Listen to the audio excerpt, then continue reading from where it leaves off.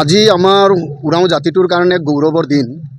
আজি আমাৰ যি উৰাও সম্প্ৰদায় আছে, আমাৰ আজি বাৰ্ষিক অধিৱেশন, আৰু এই অধিৱেশনত অসমৰ বিভিন্ন অঞ্চলৰ পৰা আমাৰ উৰাও সমাজৰ লোকসকল ইয়াত সমাগম হৈছে।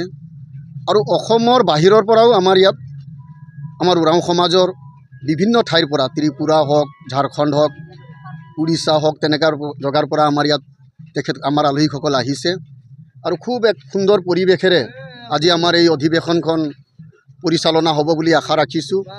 আৰু আপোনালোকে দেখিব পাৰিছে যে আমাৰ উৰাও সম্প্ৰদায়ৰ যি কালচাৰেল, সেই কালচাৰেলখিনিও আমি আজি দাঙি ধৰিছোঁ।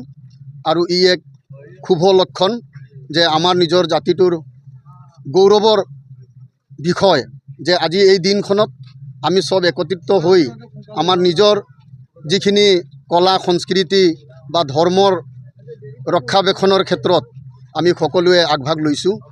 আৰু আশা ৰাখিছোঁ যে আমাৰ এই একতাটো অদূৰ ভৱিষ্যতে অটুট থাকিব, তাকে আশা ৰাখিছোঁ। আৰু আজি এই মুকলি সভাখন যাতে সফলভাৱে ৰূপায়ণ হয়, তাৰ বাবে ভগৱানৰ ওচৰত প্ৰাৰ্থনা জনাইছোঁ। আপোনালোকৰ মাধ্যমেৰে অসমবাসী ৰাইজক মই ধন্যবাদ জনাইছোঁ। আৰু আপোনালোকক ধন্যবাদ জনাইছোঁ যে আপোনালোকৰ জৰিয়তে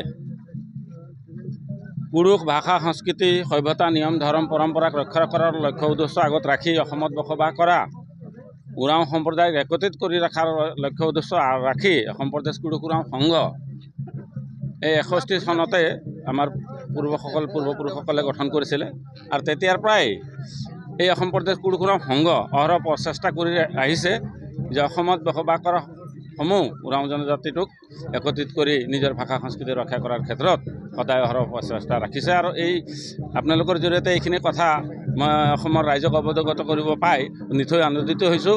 আৰু আজিৰ অনুষ্ঠানটি সফলমণ্ডিত হোৱা বুলি মই গৌৰৱ কৰিছোঁ। ধন্যবাদ।